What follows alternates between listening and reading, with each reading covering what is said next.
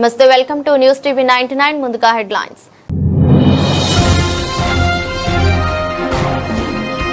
ఇరాన్తో యుద్ధం, అమెరికాకు కళ్ళు చెదిరే ఖర్చు. రోజుకు సగటున $890 మిలియన్ వెచ్చిస్తున్న అగ్రరాజ్యం.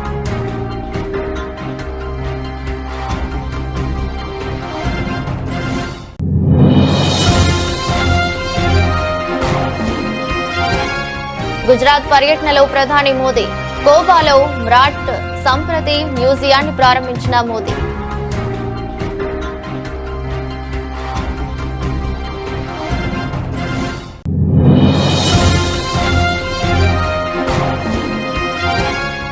నక్సలిజం దాదాపు అంతమైంది, లోక్సభలో అమిత్ షా ప్రకటన.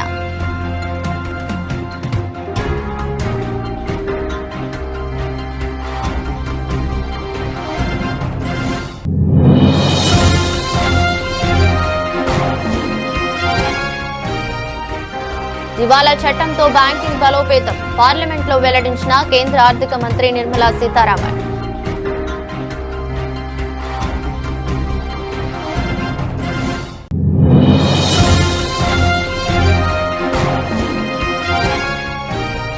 కేయూ హాస్టల్లో ఎలుకల బెడద, 14 మంది కరిచినా పట్టించుకుని అధికారులు.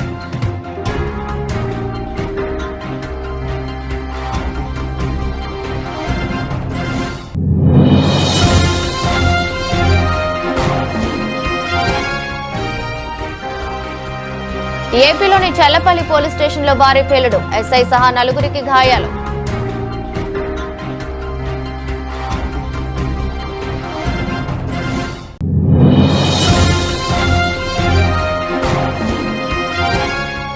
శాసనసభలో సీఎం ఎన్నిసార్లు అనగారిక భాష మాట్లాడినా ఎథిక్స్ కమిటీకి రిఫర్ చేయరా, ప్రశ్నించిన మాజీ మంత్రి హరీష్ రావు.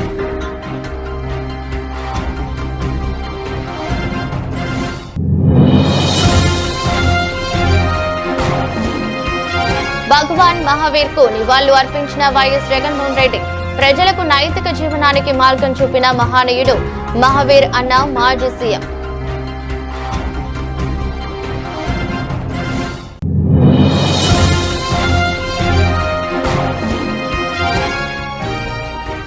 వారు లేకపోతే ఈరోజు తెలంగాణలో ముఖ్యమంత్రులు, మంత్రులు ఉండేవారా?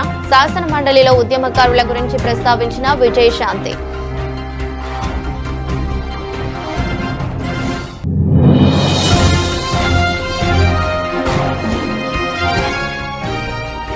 తిరుపతి 1 ప్రాజెక్ట్ ముసుగులో అడ్డగోలు భూ కేటాయింపులు తక్షణం రద్దు చేయాలి, డిమాండ్ చేసిన టీటీడీ మాజీ చైర్మన్ భూమన కరుణాకర్.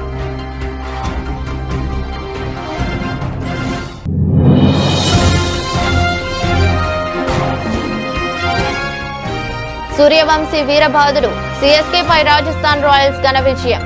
కింగ్స్ పై 8 వికెట్ల తేడాతో విక్టరీ.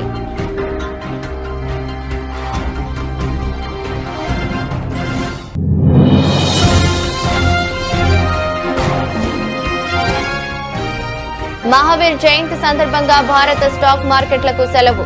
దీంతో ఈ వారం మార్కెట్లకు కేవలం 3 ట్రేడింగ్ సెషన్లు మాత్రమే. ఇరాన్ పై అమెరికా, ఇజ్రాయెల్ సంయుక్తంగా చేస్తున్న యుద్ధం తీవ్ర రూపం దాల్చింది. ఈ యుద్ధం కోసం అమెరికా చేస్తున్న ఖర్చు వింటే కళ్ళు చెదరాల్సిందే. Stockholm international peace research institute విడుదల చేసిన నివేదిక ప్రకారం ఈ యుద్ధం కోసం అమెరికా ప్రతి సెకనుకు $10,300 ఖర్చు చేస్తుంది. ఇరాన్ పై యుద్ధానికి అమెరికా రోజుకు సగటున $890 మిలియన్ వెచ్చిస్తున్నట్లు సిప్రి నివేదిక వెల్లడించింది. 1990 గల్ఫ్ యుద్ధ సమయంలో అరబ్ దేశాలు అమెరికాకు ఆర్థికంగా సహకరించిన విషయాన్ని గుర్తించేయగా White House press secretary Karoline Leavitt స్పందిస్తూ, అధ్యక్షుడు ట్రంప్ కూడా దీనిపై ఆసక్తిగా ఉన్నారని నేను భావిస్తున్నాను. ఈ విషయంపై త్వరలోనే ఆయన నుంచి ప్రకటన వెలువడవచ్చని తెలిపారు.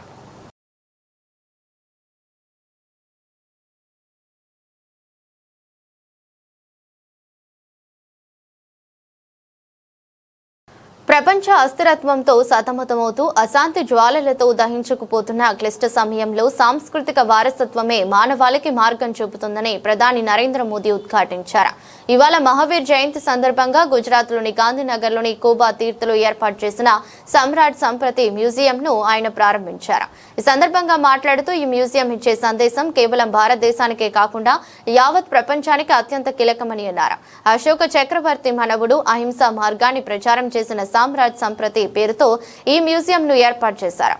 దేశవ్యాప్తంగా సేకరించిన జైన సమాజానికి చెందిన అమూల్యమైన కళాఖండాలను ఇక్కడ ప్రదర్శనకు ఉంచారు. వీటిలో కొన్ని 1000 సంవత్సరాల కంటే పురాతనమైనవి కావటం విశేషం. దశాబ్దాల పాటు తమ జీవితాలను అంకితం చేసి భారతదేశం, నేపాల్ నుంచి ఈ కళాఖండాలను సేకరించిన జైన సన్యాసి ఆచార్య పద్మసాగర్ सूरी स्वर्जी సేవలను ప్రధాని సందర్భంగా కొనియాడారు. संकलन बढ़ता चला गया, समय के साथ बहुत कुछ नया जुड़ता गया. आप कल्पना करिए, एक समय हमारे तक्षशिला, नालंदा जैसे विश्वविद्यालय लाखों ग्रंथों और पांडुलिपियों से भरे होते थे, लेकिन विदेशी आक्रमणकारियों ने मजहबी संकीर्णता में ज्ञान को भी अपना दुश्मन मानकर उन्हें जला दिया. मानवता की कितनी बड़ी धरोहरें नष्ट हो गई. उस मुश्किल दौर में लोगों ने पीढ़ी दर पीढ़ी बची हुई पांडुलिपियों को सहेजा, उनकी सुरक्षा की. आजादी के बाद उन्हें खोजना, उन्हें सहेजना ये देश की जिम्मेदारी होनी चाहिए थी, लेकिन दुर्भाग्य से गुलामी की मानसिकता के कारण इस और कोई ध्यान नहीं दिया गया. आचार्य भगवंत श्री पद्मसागर सूरीश्वर जी महाराज साहब जैसे महान व्यक्तित्व और संतों ने इसका महत्व समझा. उन्होंने अपना पूरा जीवन इसके लिए समर्पित किया. जीवन के 60 साल गांव-गांव, शहर-शहर, देश के कोने-कोने से उन्होंने मैन्युस्क्रिप्ट को खोजा. ऐसी 3 लाख से अधिक पांडुलिपियां, ताड़पत्र, भोजपत्र पर अंकित सैकड़ों साल पुराना वो ज्ञान आज कोबा में सुरक्षित और संकलित हुआ है. ये भारत के अतीत की, भारत के वर्तमान की और हमारे भविष्य की बहुत बड़ी सेवा है. साथियों, దేశంలో నక్సలిజం దాదాపు అంతమైందని కేంద్ర హోంమంత్రి అమిత్ షా తెలిపారు. సమాజంలో జరిగే అన్యాయాలకు రాజ్యాంగంలో పరిష్కార మార్గాలున్నాయని, ఆ మార్గాలను వదిలి ఆయుధాలు చేపట్టడం సరికాదని అన్నారు. దేశంలో వామపక్ష తీవ్రవాదంపై సోమవారం లోక్సభలో జరిగిన చర్చ సందర్భంగా మాట్లాడారు. ఆయుధాలు దించిన వారితోనే కేంద్రం చర్చలు జరుపుతుందని స్పష్టం చేశారు. ఆయుధాలు వదిలేసి జనజీవన స్రవంతిలో కలిసిన వారికి ప్రభుత్వం పునరావాసం కల్పిస్తుందని చెప్పారు. పేదరికం వల్ల కాకుండా సిద్ధాంతం ద్వారా నక్సలిజం వ్యాపించిందని తెలిపారు. 1970లో రాష్ట్రపతి ఎన్నికల్లో గెలిచేందుకు ఇందిరాగాంధీ నక్సల్ సిద్ధాంతాన్ని సమర్చారని ఆరోపించారు. బస్తర్లో నక్సలిజాన్ని దాదాపు నిర్మూలించామని, సంక్షేమ పథకాలు ప్రజలకు చేరుకుంటున్నాయని తెలిపారు. इंडिया गेट पर नारे लगे, कितने हिडमा मारोगे, हर घर से निकल लेंगे हिडमा. ये वीडियो को राहुल गांधी ने स्वयं ट्वीट किया है. कैसे बच सकते हैं? इन्होंने 70 से लेकर मार्च 26 तक नक्सलवाद का समर्थन किया है, ये नरसंहार का समर्थन किया है, और 20,000 लोग जो मारे गए, इसका दोषी अगर कोई एक है तो कांग्रेस की वामपंथी विचारधारा वाली पार्टी. नक्सलों के साथ रहते रहते ये पार्टी और उनके नेता खुद नक्सलवादी बन गए हैं. और इसका जवाब इस देश की जनता को चुनाव में देना पड़ेगा. ये बात यहां से रुकेगी नहीं, जनता की अदालत में जाएगी मान्यवर. और इसका जवाब उनको देना पड़ेगा। చడంలో దివాలా చట్టం కీలక పాత్ర పోషించిందని కేంద్ర ఆర్థిక మంత్రి నిర్మలా సీతారామన్ తెలిపారు. సగానికి పైగా మొండి బకాయిలు బ్యాంకులు వసూలు చేయడంలో వసూళ్లలోనూ కీలక పాత్ర వహించిందన్నారు. ఐబీసీ సవరణ బిల్లు 2025పై లోక్సభలో జరిగిన చర్చకు సమాధానమిస్తూ ఆమె విషయం చెప్పారు. సుదీర్ఘ చర్చ తర్వాత 12 సవరణలతో కూడిన ఈ బిల్లుకు లోక్సభ ఆమోదం తెలిపింది. प्रश्न के खंड 1 यथा संशोधित विधेयकांग बने, जो सदस्य इसके पक्ष में हाँ कहें, जो सदस्य विरोध में ना कहें, मेरे विचार में निर्णय हाँ वालों के पक्ष में, हाँ वालों के पक्ष में। खंड 1 यथा संशोधित विधेयकांग बने, माननीय मंत्री जी संशोधन संख्या 1। I move the amendment number 1. प्रश्न है कि माननीय मंत्री द्वारा प्रस्तुत संशोधन संख्या 1 को स्वीकृत किया जाए, जो सदस्य इसके पक्ष में हाँ कहें, जो सदस्य विरोध में ना कहें, मेरे विचार में निर्णय हाँ वालों के पक्ष में, हाँ वालों के पक्ष में संशोधन स्वीकृत हुआ। प्रश्न ये कि अधिनियम सूत्र यथा संशोधित विधेयकांग बने, जो सदस्य इसके पक्ष में हाँ कहें, जो सदस्य विरोध में ना कहें, मेरे विचार में निर्णय हाँ वालों के पक्ष में, हाँ वालों के पक्ष हुआ। अधिनियम सूत्र यथा संशोधित विधेयक का अंग बना। प्रश्न ये कि विधेयक का पूरा नाम विधेयक का अंग बने, जो सदस्य इसके पक्ष में हाँ कहें, जो सदस्य विरोध में ना कहें, मेरे विचार में निर्णय हाँ वालों के पक्ष में, हाँ वालों के पक्ष में। विधेयक का पूरा नाम विधेयक का अंग बना। मंत्री जी अब प्रस्ताव करें कि विधेयक को यथा संशोधित पारित किया जाए। Sir, I rise to move that the bill as amended be passed. प्रश्न ये कि विधेयक को यथा संशोधित पारित किया जाए, जो सदस्य इसके पक्ष में हाँ कहें, जो सदस्य विरोध में ना कहें, मेरे विचार में निर्णय हाँ वालों के पक्ष में, हाँ वालों के पक्ष में। प्रस्ताव स्वीकृत हुआ। विधेयक यथा संशोधित पारित किया गया। హనుమకొండలోని కాకతీయ యూనివర్సిటీ హాస్టల్లో ఎలుకల బెడద కలకలం సృష్టిస్తుంది. కేయూలోని సమ్మక్క సారక్క హాస్టల్లో 14 మంది విద్యార్థులను ఎలుకలు కరిచాయి. మరోవైపు మందుల కోసం యూనివర్సిటీ హెల్త్ సెంటర్ కు వెళ్తే మందులు లేవని వెనక్కి పంపించేస్తున్నారు. దీంతో ప్రైవేట్ ఆసుపత్రులను ఆశ్రయించాల్సిన దుస్థితి ఏర్పడింది. యూనివర్సిటీ అధికారుల నిర్లక్ష్యంపై యూనివర్సిటీ విద్యార్థులు ఆగ్రహం వ్యక్తం చేస్తున్నారు. ఎలుకల బెడదపై పలుమార్లు ఫిర్యాదు చేసినా పట్టించుకోవటం లేదని వాపోయారు. హాస్టల్లో ఉండాలంటేనే భయంతో వణికిపోతున్నామంటూ ఆవేదన వ్యక్తం చేస్తున్నారు. నుంచి మాట్లాడుతున్నాము. మా హాస్టల్లో కుక్కలు, ఎలుకలు, ఈగలు, దోమలు అన్ని యానిమల్స్ ఇక్కడనే తిరుగుతున్నాయి. స్టిల్ మేము ఇది అంతగానం నోటీస్ చేయలేదు, అంతగానం వాళ్ళ దృష్టికి తీసుకెళ్లాలని అనుకోలేదు. కాకపోతే ఎప్పుడైతే ఆ ఎలుకలు మా రూమ్లో 11 మెంబర్స్ని కరిచినాయి అన్న, థర్స్డే రోజు నైట్ వస్తే మేము ఫ్రైడే రోజు వాళ్ళ దృష్టికి తీసుకపోతే రెస్పాండ్ కాలేదు. మాకు సాటర్డే రోజు సెమిస్టర్ ఎగ్జామ్ ఉంటే ఫ్రైడే రోజు మా క్లాస్ వాళ్ళందరూ టీటీ ఇంజెక్షన్స్ కోసం మా వాళ్ళందరూ ఇక్కడ వాళ్ళు గారు వేరే డిస్ట్రిక్ట్స్ నుంచి వచ్చిన వాళ్ళు, ఇక్కడ ఎవరికి ఏం తెలియదు. అయినా ప్రైవేట్ హాస్పిటల్స్కి గవర్నమెంట్ హాస్పిటల్స్ చుట్టూ తిరిగి ఇంజెక్షన్స్ వేయించుకొని వచ్చినారు. మేము వాళ్ళ దృష్టికి తీసుకపోతే జస్ట్ ఒక ర్యాట్ ప్యాడ్ ఇచ్చి ఆ రోజు ఈవినింగ్ క్లోజ్ చేసేసినారు. మళ్ళీ సాటర్డే కానీ సండే కానీ మండే రోజు రెస్పాండ్ అయినారు. ఫ్రైడే, సాటర్డే, సండే మేము కాల్ చేస్తే మేము ఇక్కడ అందుబాటులో లేము, వేరే ఇన్సిడెంట్స్ వల్ల మేము డైవర్ట్ అయినామన్న సమాధానాలు చెప్పిళ్ళు. ఫ్రైడే రోజు వచ్చి ఓన్లీ మా రూమ్కి మాత్రమే కింద వుడ్ పెట్టిస్తాం, ఓన్లీ డోర్ ద్వారానే వస్తున్నాయి పెట్టిస్తామన్నారు, ఇంకా పెట్టించలేదు. అది వుడ్ పెట్టిస్తాం అని చెప్పి అది మెజర్మెంట్ తీసుకొని వెళ్ళిపోయినారు. మరి రిమైనింగ్ వాళ్ళ రూమ్స్ పరిస్థితి ఏంటి? మరి వచ్చినారు, ఎట్లా గరిచింది, టీటీ ఇంజెక్షన్స్ వేసుకున్నారా అని ఏం అడగలేదు మమ్మల్ని. ఈ ఒక్క బ్లాక్ పరిస్థితి ఇట్లుంటే ఇంకా అవి పాత బ్లాక్స్, వాటి సిచ్యువేషన్ ఏంది? మీరు ఇప్పుడు మేము అడిగినామని ఒక రూము, మిగతా వాళ్ళకి ఏంటి? అక్కడ ఉన్న ట్యాంక్, ఆ ట్యాంక్లో వాటర్ మేము తాగం జనరల్గా, అందులో బల్లీలు, ఎలుకలు, పురుగులు అవన్నీ ఉంటాయి. అది ఎండకు ఎక్స్పోజ్ అవుతుంది, దానివల్ల ఆ ప్లాస్టిక్ స్మెల్ ఇంకెక్కువ వస్తుంది. వాళ్ళైతే ఆ వాటర్ తాగరు కదా, మేము ఎందుకు తాగాలి ఆ వాటర్? అంత దూరంలో ఉన్నాయి వాటర్, మేము అయినా అక్కడికి పోయి వస్తున్నాం. తెలియని వాళ్ళు తాగిన వాళ్ళ పరిస్థితి ఏంటి? అక్కడ ఆ చెత్త అక్కడే ఇస్తారు, మా శానిటరీ నాప్కిన్స్ అక్కడే గాలబెడతారు, ఆ ఎలుకలు అక్కడ నుంచే వస్తాయి. అవి జస్ట్ తాకుతూనే మనకు ఇన్హైజీనిక్గా అనిపిస్తుంది, ఇంకేం రోగాలు వస్తాయనో మనం భయపడతాం. అట్లాంటివి అవి కరిచిపోయినాయి. వాళ్ళు ఎంత సీరియస్ యాక్షన్ తీసుకోవాలి? ఏం యాక్షన్ తీసుకోలేదు. గట్టిగా అడిగినందుకు ఒక్క రూమ్, మిగతా రూమ్స్ అన్ని పక్కన పెట్టేసినారు. మా డిమాండ్ ఏంటంటే ఫస్ట్ అక్కడ ఉన్న ఎలుకల హోల్స్ అన్ని క్లోజ్ చేయించాలి, డోర్స్కి మెష్ పెట్టించాలి. ఇక్కడ మేము ఇక్కడ దగ్గరలో ఉన్న హెల్త్ సెంటర్కి వెళ్ళి ఇంజెక్షన్స్ ఈ టీటీస్ కోసం చూసినప్పుడు కూడా అక్కడ లేవు. గర్ల్స్కి మిడ్ నైట్ ఎవరి రెస్పాన్సిబిలిటీ? సరే అది అయిందైతే మాకు 12, 1కి మాకు మెలకు వచ్చి చూసుకున్నాం. మరి ఆ టైంలో ఎవరు వస్తారు? ఒక నర్స్ అయినా ఉండాలి, లేకపోతే ఏదైనా వెల్నెస్ సెంటర్ అయినా ఇక్కడ ప్రొవైడ్ చేయాలి మాకు.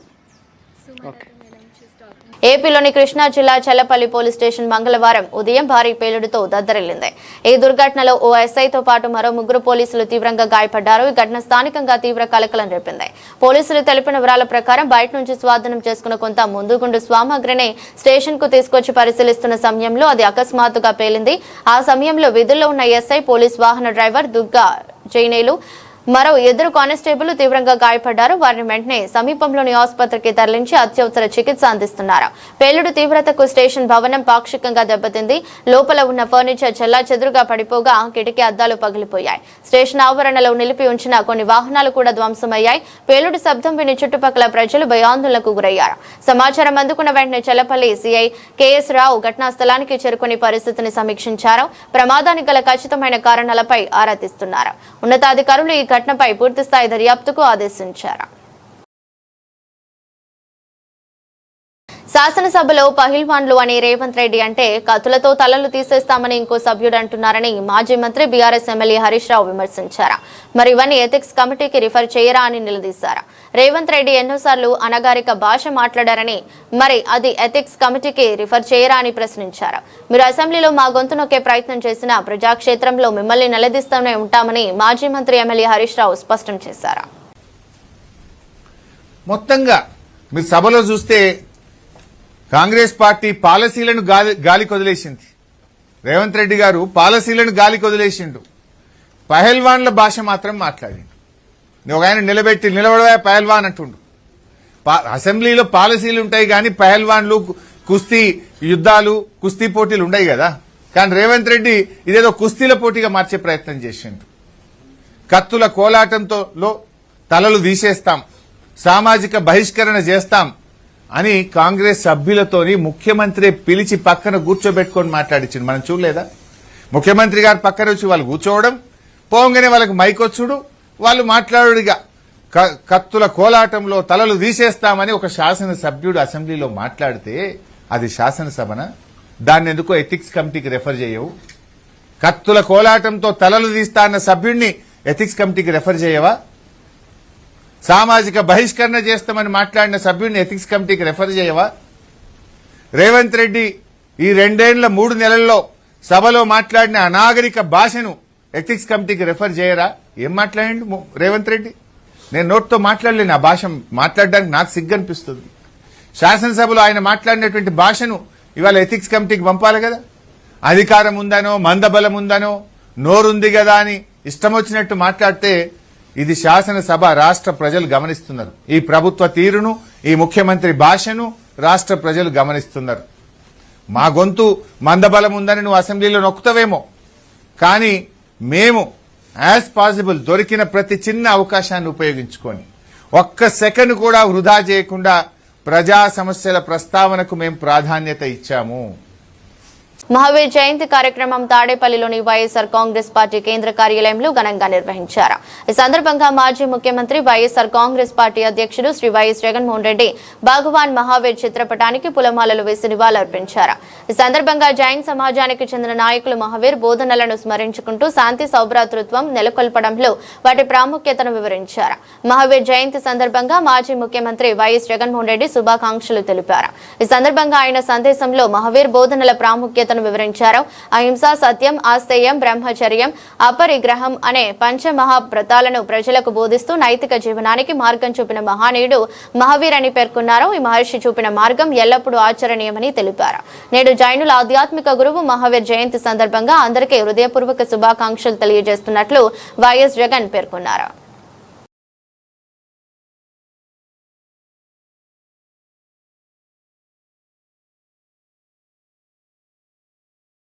తెలంగాణ రాష్ట్రం కోసం తెగించి పోరాడిన ఉద్యమకారులు లేకపోతే ఈ రోజు రాష్ట్రంలో ముఖ్యమంత్రి కానీ మంత్రులు కానీ ఉండేవారా అని శాసన మండలి ఎమ్మెల్సీ విజయశాంతి ప్రశ్నించారు. రాష్ట్ర ఏర్పాటు కోసం ఉద్యమించిన వారి తరపున విజయశాంతి మండలిలో తన గలం వినిపించారు. పదవుల కంటే ముందు ఉద్యమకారుల త్యాగాలను గుర్తించాలని విజ్ఞప్తి చేశారు. ఎన్నికల సమయంలో ప్రజలకు ఇచ్చిన హామీలతో పాటు వివిధ సందర్భాలలో ఉద్యమకారులకు ఇచ్చిన హామీలను కూడా అమలు చేయాలని ప్రభుత్వాన్ని కోరారు. ఉద్యమకారులను ఆదుకోవటం ప్రభుత్వ బాధ్యత అన్నారు. ఉద్యమకారుల విషయంలో ఈ ప్రభుత్వం తన బాధ్యతను నిర్వర్తిస్తే కాంగ్రెస్ పార్టీ చరిత్రలో నిలుస్తుందని అన్నారు.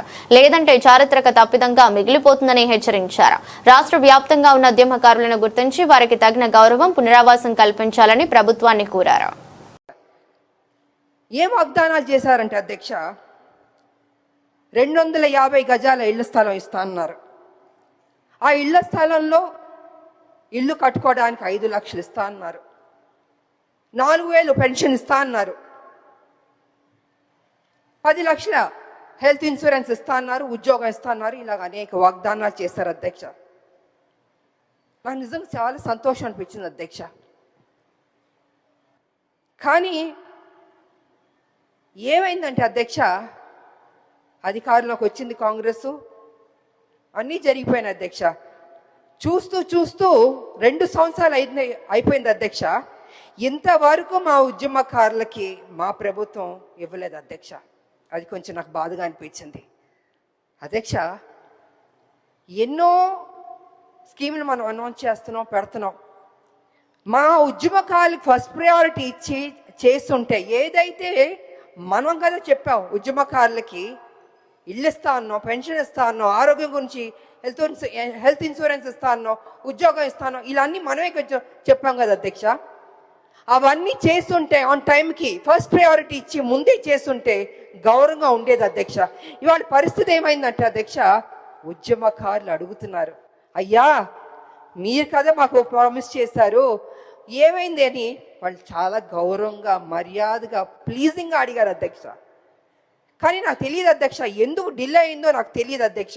ఇవాళ కమిటీ వేస్తానని కూడా అని చెప్పారు. నా ఉద్దేశంలో అయితే అధ్యక్ష, కమిటీ అన్నది కొంచెం డిలే అవుతుంది అధ్యక్ష. ఇప్పటికే 2 ఏళ్ళు అయిపోయింది, 2 ఏళ్ళు పైన అయిపోయింది మా ప్రభుత్వం వచ్చి, కాంగ్రెస్ ప్రభుత్వం.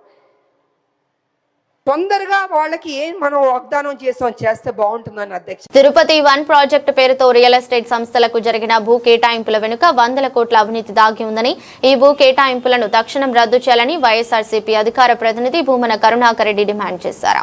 తిరుపతిలోని తన నివాసంలో ఆయన మీడియాతో మాట్లాడుతూ, తిరుపతి కలెక్టరేట్ కు సమీపంలో 1000 కోట్ల విలువైన 22 ఎకరాల భూమిని కేవలం 94 కోట్లకు కేటాయించడమే కాకుండా మరో 400 కోట్ల రాయితీలు ఇవ్వటం వెనుక ఎన్నో అనుమానాలు కలుగుతున్నాయని చెప్పారు. ప్రభుత్వం నుంచి 1400 కోట్ల రాయితీలు ఇస్తుంటే ఆ మేరకు జీవోలో ఎలాంటి కఠిన నిబంధనలేమీ లేవన్నారు. అంతేకాకుండా ఈ భూములు టెండర్లకు ఎలాంటి ప్రకటన కూడా విడుదల చేయకపోవటం వెనుక అంతర్యం ఏమిటని భూమన ప్రశ్నించారు. సబ్ రిజిస్ట్రార్ వాల్యూ ప్రకారం 1000 కోట్ల రూపాయల విలువ చేసేటువంటి భూమిని 22 ఎకరాల ఆ స్థలాన్ని 94 కోట్ల రూపాయలకు తెగనమ్మేస్తోంది. ఆ తెగనమ్మటం వెనుక 100 కోట్ల రూపాయల దోపిడీకి శ్రీకారం చుట్టింది. దీని వెనుక సూత్రధారి, పాత్రధారి నారా లోకేష్ గారని లోకమంతా కూడా అనుకుంటోంది.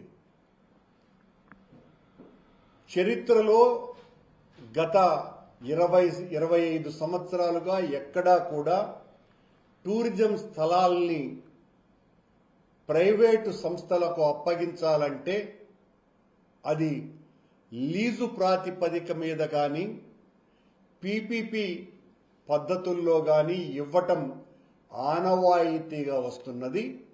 దానికి పూర్తి విరుద్ధంగా ఫ్రీహోల్డ్ విధానంలో ఆ భూమిని ఆ సంస్థలకి కేటాయించటం జరుగుతున్నది. Divyasree holdings private limited and cyber city builders and developers అనేటువంటి బెంగుళూరు, హైదరాబాదు సంస్థలకు సంబంధించిన రియల్ ఎస్టేట్ వెంచర్లు చేసేటువంటి వ్యాపార సంస్థలకి ఈ స్థలాన్ని అమ్మివేసింది. ఎంత దారుణమైనటువంటి విషయం అంటే ఐపీఎల్ 2026 సీజన్ లో రాజస్థాన్ రాయల్స్ అదిరిపోయే బోని కొట్టింది. యువ సంచలనం వైభవ్ సూర్యవంశీ ఆకాశమే హద్దుగా చెలరేగడంతో చెన్నై సూపర్ కింగ్స్ పై 8 వికెట్ల తేడాతో ఘన విజయం సాధించింది. చెన్నై నిర్దేశించిన 128 పరుగుల స్వల్ప లక్ష్యాన్ని కేవలం 12.1 ఓవర్లలోనే 2 వికెట్లు కోల్పోయి ఛేదించింది. సూర్యవంశీ ఆడిన తీరు మ్యాచ్ కి హైలైట్ గా నిలిచింది. చేసింగ్ లో రాజస్థాన్ కు చెన్నై బౌలర్లను ఎదుర్కోవటం పెద్ద కష్టంగా అనిపించలేదు. పవర్ ప్లే ముగిసేసరికి రాజస్థాన్ స్కోరు 74 పరుగులకు చేరిందంటే వైభవ్ విధ్వంసం ఏ స్థాయిలో ఉందో అర్థం చేసుకోవచ్చు. తొలి వికెట్ కు ఎస్ఎస్వి జైస్వాల్ తో కలిసి కేవలం 38 బంతుల్లోనే 75 పరుగుల భాగస్వామ్యం నెలకొల్పి మ్యాచ్ ను ఏకపక్షంగా మార్చేశాడు. సూర్యవంశీ అవుట్ అయిన తర్వాత వచ్చిన ధ్రువ్ జురెల్ కూడా వేగంగా ఆడాడు. మరో ఎండల్లో యశస్వి జైస్వాల్ నిలకడగా ఆడి కెప్టెన్ రియాన్ పరాగ్ కలిసి లాంఛనంగా ప్రవర్తించేశారు. అంతకుముందు రాజస్థాన్ రాయల్స్ టాస్ గెలిచి బౌలింగ్ ఎంచుకుంది. రాజస్థాన్ బౌలర్ల కట్టుదిట్టమైన ప్రదర్శనతో చెన్నై సూపర్ కింగ్స్ బ్యాటర్లు చేతులెత్తేశారు. నిర్ణీత 20 ఓవర్లు కూడా ఆడకుండా 19.4 ఓవర్లలో 127 పరుగులకే కుప్పకొలింది. ఆల్రౌండ్ ప్రదర్శనతో రాజస్థాన్ ఈ సీజన్ లో తమ జైత్ర యాత్రను ఘనంగా ప్రారంభించింది. భారత స్టాక్ మార్కెట్లకు ఈరోజు సెలవు. మహావీర్ జయంతి పర్వదినాన్ని పురస్కరించుకుని Bombay stock exchange, national stock ఎక్స్చేంజ్లు ఇవాళ పనిచేయం. నేటితో 2025-26 ఆర్థిక సంవత్సరం ముగుస్తున్నప్పటికీ ముందే నిర్ణయించిన సెలవుల జాబితా ప్రకారం మార్కెట్లు మూసి ఉంటాయి. ఇవాళ ఈక్విటీ డెరివేటివ్స్, కరెన్సీ డెరివేటివ్స్, అలాగే సెక్యూరిటీస్ లెండింగ్ అండ్ బోరోయింగ్ విభాగాల్లో ట్రేడింగ్ పూర్తిగా నిలిపివేస్తారు. మల్టీ కమోడిటీ ఎక్స్చేంజ్ ఉదయం సెషన్ ఉదయం 9 నుంచి సాయంత్రం 5 గంటల వరకు మూసుంటుంది. అయితే సాయంత్రం సెషన్ 5 గంటలకు ప్రారంభమై రాత్రి 11:30 లేదా 11:55 వరకు కొనసాగుతుంది. ఈ వారం మార్కెట్లకు కేవలం 3 ట్రేడింగ్ సెషన్లు మాత్రమే ఉన్నాయి. మహావీర్ జయంతితో పాటు ఏప్రిల్ 3న గుడ్ ఫ్రైడే సందర్భంగా కూడా మార్కెట్లకు సెలవు ఉంటుందని రేపు తెరుచుకున్నప్పటికీ బ్యాంకుల వార్షిక ముగింపు కారణంగా సెటిల్మెంట్లు జరగవు. దీంతో మనీ విత్డ్రాలు, షేర్ల డెలివరీలో స్వల్ప జాప్యం ఉంటుంది. అంతేకాదు మార్చి 31 ఆర్థిక సంవత్సరానికి చివరి రోజు కావడంతో పోర్ట్ఫోలియో రీబ్యాలెన్సింగ్, ట్యాక్స్ ప్లానింగ్ వంటి అంశాలపై సెలవు ప్రభావం చూపుతోంది. సాధారణ ట్రేడింగ్ రేపు ఉదయం 9:15 యథాతథంగా ప్రారంభమవుతుంది.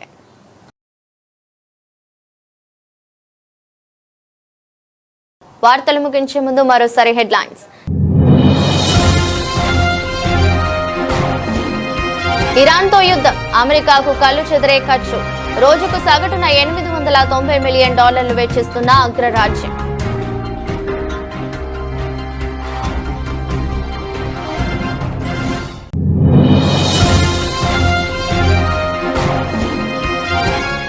గుజరాత్ పర్యటనలో ప్రధాని మోదీ. కోబాలో మ్రాట్ సంప్రతి మ్యూజియాన్ని ప్రారంభించిన మోదీ.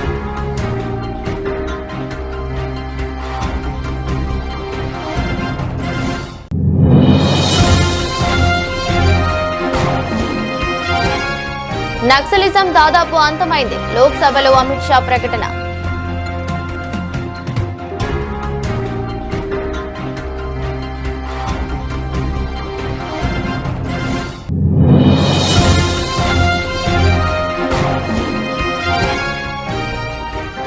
దివాలా చట్టంతో బ్యాంకింగ్ బలోపేతం, పార్లమెంట్లో వెల్లడించిన కేంద్ర ఆర్థిక మంత్రి నిర్మలా సీతారామన్.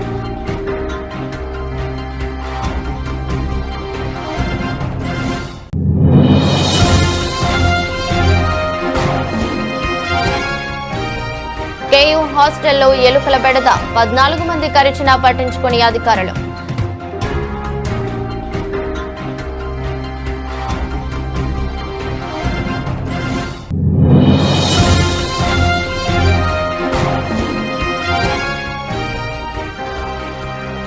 ఏపీలోని చల్లపల్లి పోలీస్ స్టేషన్లో భారీ పేలుడు, ఎస్ఐ సహా 4గురికి గాయాలు.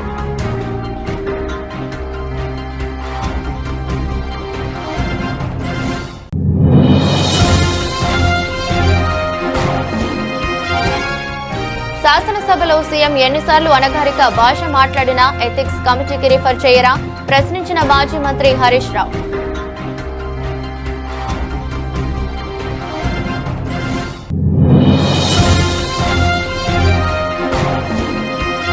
భగవాన్ మహావీర్ కు నివాళులు అర్పించిన వైఎస్ జగన్మోహన్ రెడ్డి.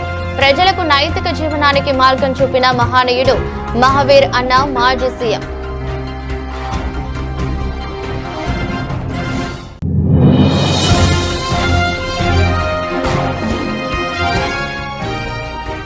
వారు లేకపోతే ఈరోజు తెలంగాణలో ముఖ్యమంత్రులు మంత్రులు ఉండేవారా? శాసన మండలిలో ఉద్యమకారుల గురించి ప్రస్తావించిన విజయశాంతి.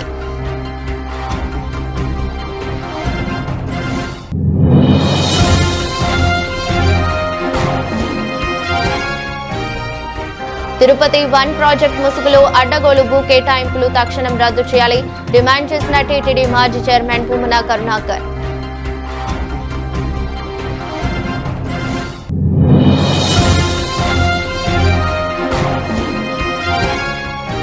సూర్యవంశీ వీరబహదూర్ సిఎస్కే పై రాజస్థాన్ రాయల్స్ ఘన విజయం. కింగ్స్ పై 8 వికెట్ల తేడాతో విక్టరీ.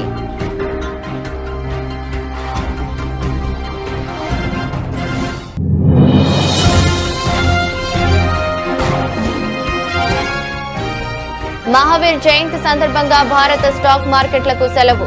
దీంతో ఈ వారం మార్కెట్లకు కేవలం 3 ట్రేడింగ్ సెషన్లు మాత్రమే. ఇది రోజు బులెటిన్. మరో బులెటిన్లో మళ్ళీ కలుద్దాం. అంతవరకు సెలవు. నమస్కారం.